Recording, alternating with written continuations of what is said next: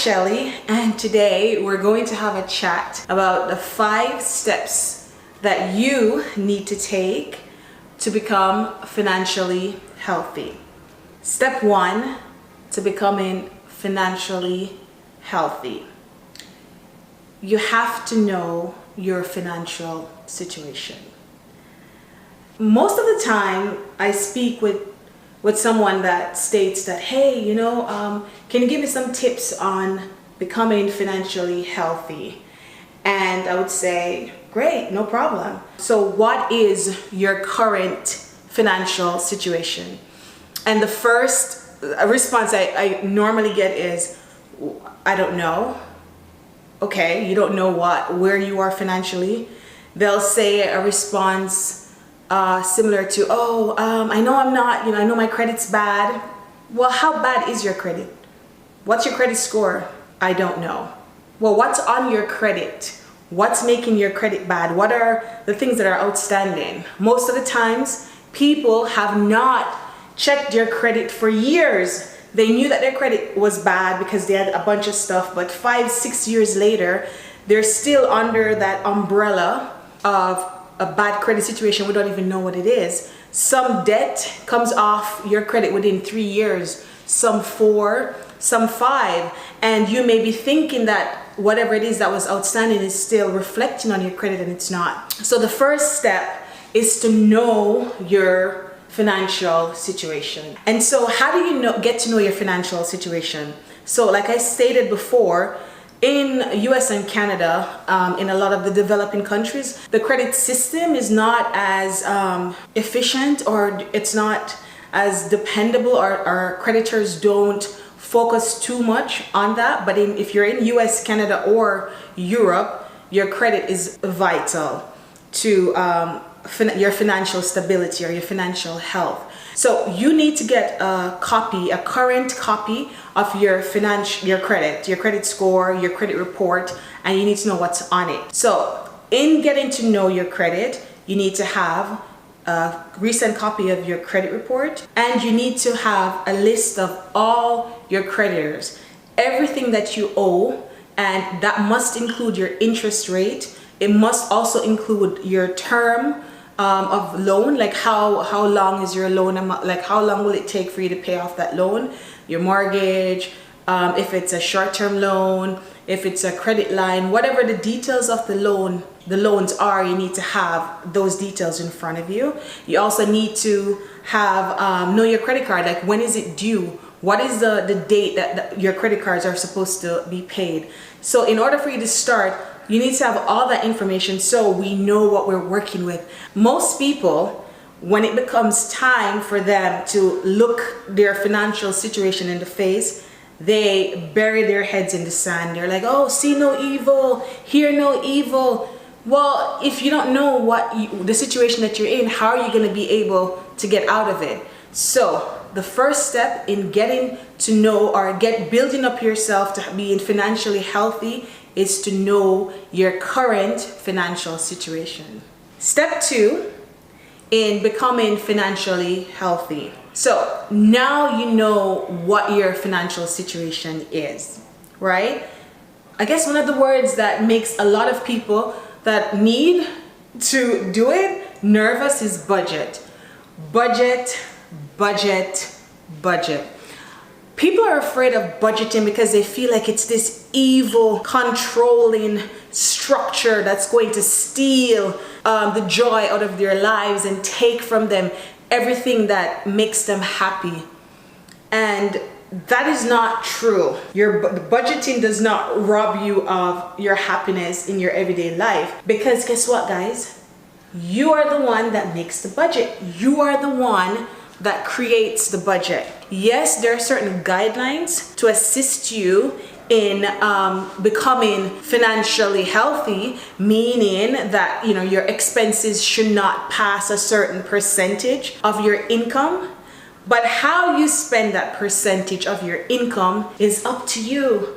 Maybe for some people, coffee is not essential. So it's something that they can, Starbucks coffee is something that they could remove from their budget. While somebody else, you're gonna die if you don't have coffee, and you will not be able to function like your normal self without it, then you do not remove coffee from your budget. Another person, it may be doing your hair. Some people think that your hair is a luxury and it's something that you can't afford, while there are other people that unless they feel beautiful and their job is probably in sales, and they feel that their hair makes them have that image that gives them confidence, and that's a part of their mindset, well, they cannot remove that. That's going to affect them negatively because it may impact their income. So you decide what expenses you add in your budget and which ones you can remove. However, remember, what's important is that you stay within the guidelines. And that's something that we have available. We let you know according to your income. We have certain sheets that you can plug your income, and then it will let you know, well, this is the amount that you would need to spend according to your income on accommodations, your home. This is what you could spend on your daily needs, food, utilities, and this is what you can spend on your wants. But it's still, even if it's 10% of your income, you decide what that 10% can be used towards. And guys, remember, if you need more income in that bracket, guess what you have to do? I know, you're gonna have to make more money. And that's also something that you can get assistance with. You can find ways in which to get additional income, additional streams of income into your life if you really need it to live the life that you want to live. And yes, it will be challenging. Yes, you will not be comfortable, but guess what? You're going towards financial health. And when you're financially healthy, then you can live the ideal life for you. Step 3 is getting yourself in a position to weather emergencies. I know that a lot of people believe that once they're in the debt cancellation stage, that the next step would be saving in terms of long-term savings, but that's not what I recommend.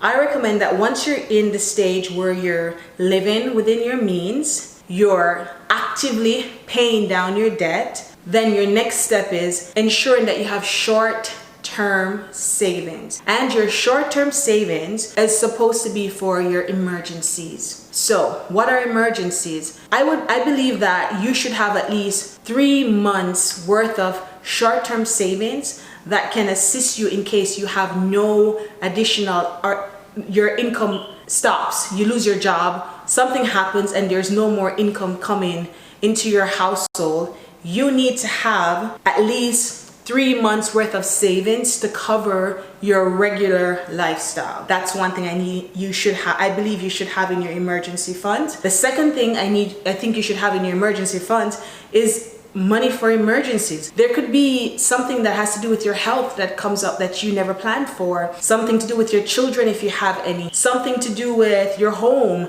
something broke down, your air conditioner, something needs to be replaced that you had not budgeted for in that year. So you need to have a certain amount of money to cover any unforeseen emergency that may come. So yes, 3 months worth of income, then an additional cushion for unforeseen emergencies. And I think you can start there in your short-term savings, and of course you can pad it a little bit more before you move on to long-term savings and investments, because these things happen and you're going to feel bad going into your long-term savings and cashing in investments that you had not planned to cash in. So start first in your short-term savings, which is for income replacement and also unforeseen emergencies. Number 4, your fourth step towards becoming financially healthy, according to my experience and my opinion, is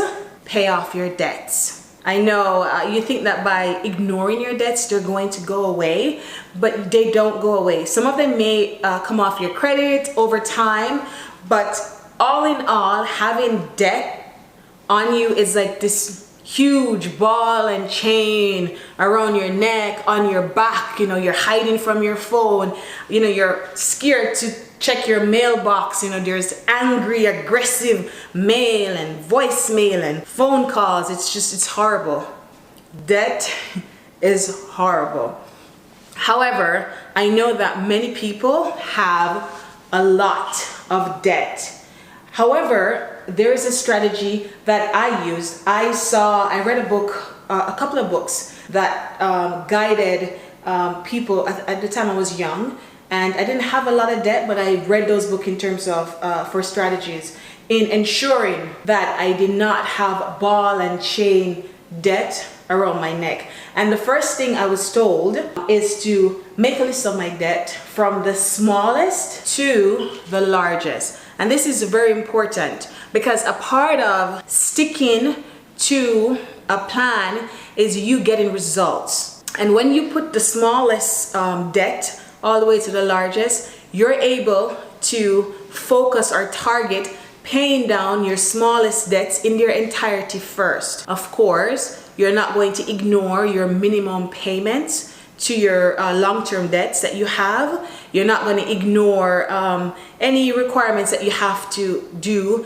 to not, further damage your credit. But whatever additional money you have, it goes into settling and clearing off your smallest debt. And as you finish one, you remove it, then that money goes into the one below it, and so forth and so on.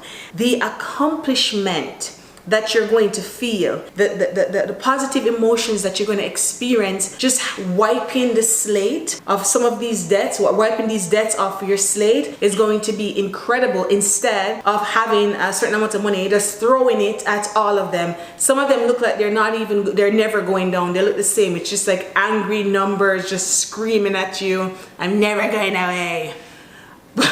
But if you do it that way, you will see some results, and that will motivate you to continue. It will motivate and encourage you to keep doing it because something is happening. You're accomplishing what you have set out to accomplish. Step number 5 in becoming financially healthy. So now you're super excited, right? You understand where you are financially. 2, you've done a budget that encourages you to live within your means. Then you have a list of all your debts. Of course, you have your emergency fund paid down, or I should say in your tax-free savings or in a savings account that has very little monthly fees, so it's not eating away what you have put aside. You put it somewhere where it stays pretty much what it is, and it's easily accessible. You paying down your debts from the smallest to the largest. Now you're at the stage where you create your 10-year financial goals, your vision. How do you see yourself 10 years from now? And most people become overwhelmed thinking about 10 years because it seems so far away. And I'm gonna tell you, 10 years, it's not that far. It's closer than you think. And you're going to regret not starting now. So I don't care how old you are. If you're 18, just starting out, you need to know where you're going to be 10 years from now. If you're 60 and you didn't plan before, you still have the chance to not regret 70 by preparing yourself to do everything you can do within the next 10 years, God sparing. So what do you want 10 years from now? Where do you want to live? Do you want to own your home? Do you want to have a mortgage? If so, like what kind of terms do you want on that mortgage? How much do you want saved? How much do you want turning over in investments? What kind of investments do you have? My recommendation for investments is to choose investments that you like. If you don't like stocks, and everybody's like, oh, stocks and bonds, it's the new thing. If you know that you're not going to appreciate it, you don't have the personality to go through the long-term ups and downs of the stock market, then I don't recommend you do stocks. You need to have at least some amount of financial education in whatever investment type you choose. So it has to be something that you like. It has to be something that you're interested in. It has to be something that you're going to be able to contribute to or participate in some form. So if it's something that you hate, I do not recommend you going into it unless you have a partner, like a spouse, that loves that and they can, play that role. If not, do something that you like. Do you like real estate?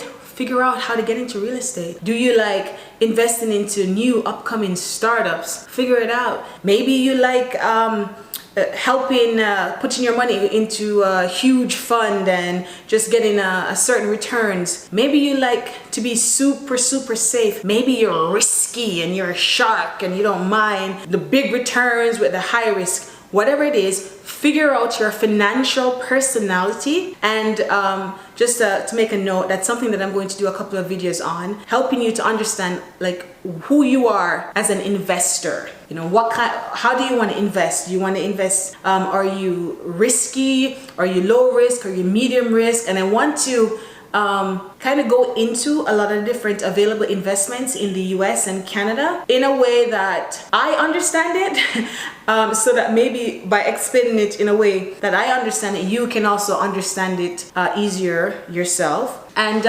from there, now you have your 10-year plans, you know, and it has to it has to include all areas of your life, because all areas of your life will be affected by your financial situation, okay? And if it's something that you need help with, Life Compass, we have the tools and we have the professionals that can assist you at no cost to you. Financial advisors and wealth planners, they don't charge you. They can assess your financial situation and give you a plan, and it only costs you according to the plans that you go into. So it's a free education and it's a free assessment to know where you are and assist you in understanding where you could be taking different avenues. So again, the 5th step is your 10-year financial plan, financial vision, financial goals.